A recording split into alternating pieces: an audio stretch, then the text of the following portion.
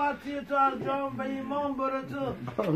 خیالی من خودت مردی برفتی آیم زنده بودی زنده بودی حالا فهمیدم همه حبیب شهر داریم و نازی نشانی محمود جان آئی قوت محمود جان آئی طاعت عبادت و ذکر خدا کم پیرکاینا ملائکن انشالله خدا خواه این خداوند قوتی تو تا هستی زبان تو گویایی به ذکرش کنه این بچه ها و بیارم با عمر خدا درسان خداوند از جام به ایمان برمان با دوستاش حشر کنه در حق ما هم دعا کن همیشه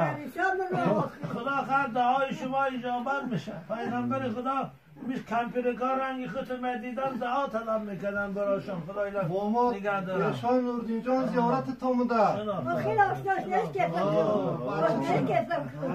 شناخت 86 نمیره من نبیره میشیم ما من نمیرم عبدالله که نبیره میشیم عبدالله. و پیش ما میره همیشه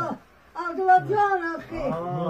ملا عبدالله گوه با ملام هستن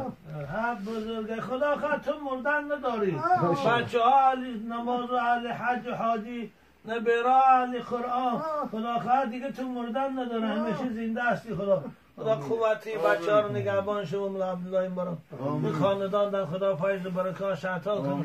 مادرم خدا بالای بچه ها دعاگون نگه داره وقتی رفتنش ده خدا به ایمان و به گفتن کلمه لا اله الا الله سفر آخرت خیلی آچکم من خیلی خدا به خدا مسفد هم بجا باید چی گوش